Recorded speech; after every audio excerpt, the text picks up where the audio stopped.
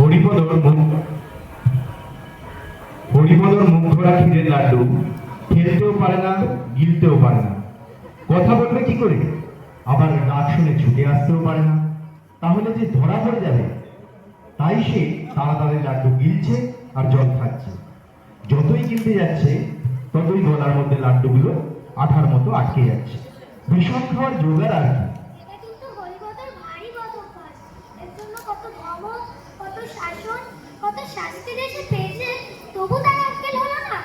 তবু সে লুকিয়ে চুরিয়ে পেটুকের মতন খাবে। যেমন হরিপদ তেমনি তার ছোট ভাইটি। এদিকে পেট্রোকা দুদিন অন্তর অসুখ লেগেই আছে, তবু তার হ্যাংলা নেওয়া যায় না। যেদিন চাকরিটা একটু শক্ত রকমের হয় সেদিন কাঁদে আর বলে আর হবে না, এটাই শেষ। যেদিন অসময় অখাদ্য খেতে কামড়ায় সেদিন কাঁদে আর বলে আর হবে না, এটাই শেষ। কিন্তু দুদিন যেতে না যেতেই আবার যেতে সে। এই তো কিছুদিন আগে পিসিমার ঘরে দই খেতে গিয়ে তারা জব্দ হয়েছিল, তবু তাদের লজ্জা নেই।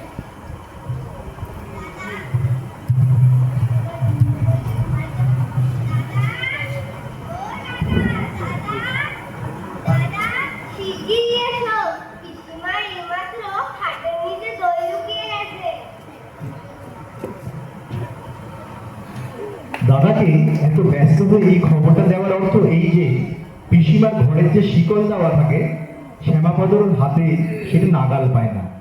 তাই সে দাদার সাহায্যের দরকার। দাদা আস্তে আস্তে সেই শিকলটি খুলে আগেই তাড়াতাড়ি খাটের তলায় দইয়ের যে হাড়ি রয়েছে সেখান থেকে এক খাবলা মুখে তুলে দিয়েছে। আর দিতেই সেই চিৎকার।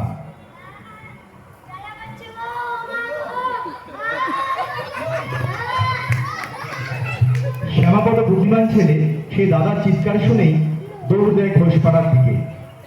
সে এদিকে হরিপদর অবস্থা এমনই যে পিসিমা বুঝে গেছেন যে হরিপদ দই ভেবে চুনের হাড়ি থেকে খেয়ে বসেছে। তারপর হরিপদর যা সাজা, এক সপ্তাহ ধরে সে না পারে চিবাতে আর না পারে কিছু খেতে, এর হাঙ্গামা। কিন্তু তবু তার লজ্জা নেই।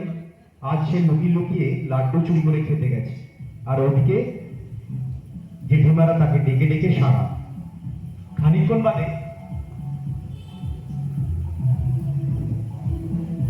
বাদে হরিপদর প্রবেশ। কিরে এতক্ষণ কোথায় ছিলিস? ওই তো উপরে ছিলাম। আমরা যে এত চিৎকার করছিলাম তুই পালাচ্ছিস না কেন? জল খাচ্ছিলাম কেন? শুধু জল নাকি ঝড়ও ছিল? এরপর হরিপদর মেজো জেঠিমা ঘরে প্রবেশ।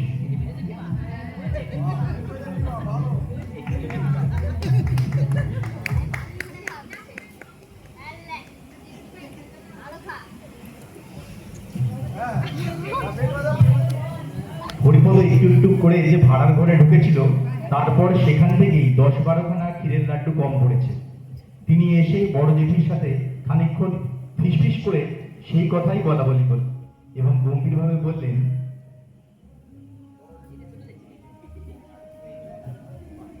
চারিদিকে ইঁদুরের যেরকম উৎপাত, কিছু বন্দোবস্ত না করলে আর চলছে না।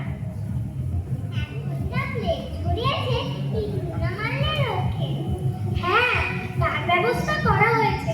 দিদিকে বলেছিলাম সে কবির দিয়ে লাড্ডু পাকাবে। সেই সব পাড়া করে ছড়িয়ে দিলে ইঁদুরের বংশ নির্বংশ হবে। লাড্ডু কবে লাগানো হবে? সে এতক্ষণে হয়ে গেছে। দিদিকে দেখেছিলাম এক থালা ক্ষীর নিয়ে বসে লাড্ডু পাকাতে।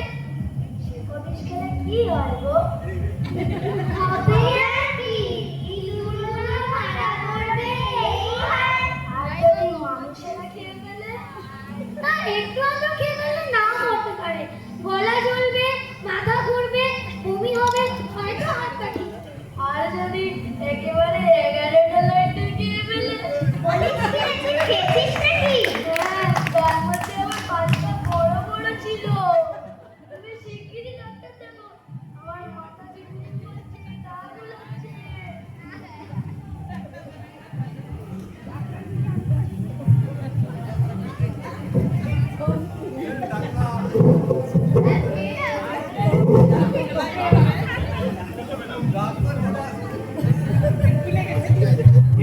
মামার ডাক্তারকে নিয়ে প্রবেশ।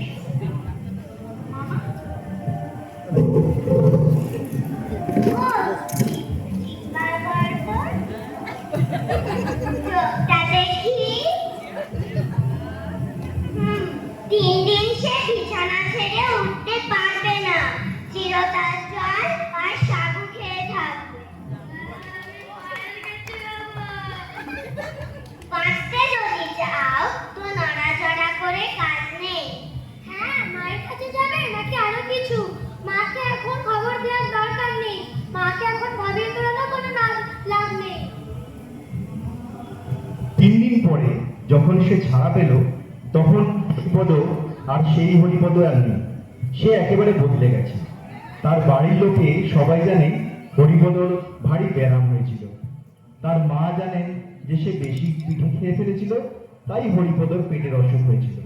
হরিপদ জানে সে শেকবিষ্ঠে আরেকটু হলে তো মারাই যাচ্ছিল, কিন্তু আসল ব্যাপারটা জানেন কেবল তার বড় জেঠি, মেজ জেঠি আর ছোট কাকা ওর আর রমেশ ডাক্তার।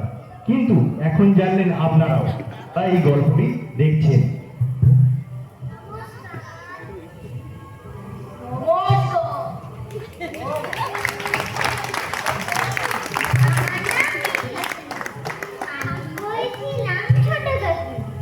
আমার নাম আনন্দী নস্কর, আমি হয়েছিলাম বড় জেঠি। আমার নাম সৃজনী ঝা, আমি হয়েছিলাম মেজ জেঠি। আমার নাম দিব্যাংশী পাত্র, আমি রমেশ ডাক্তার।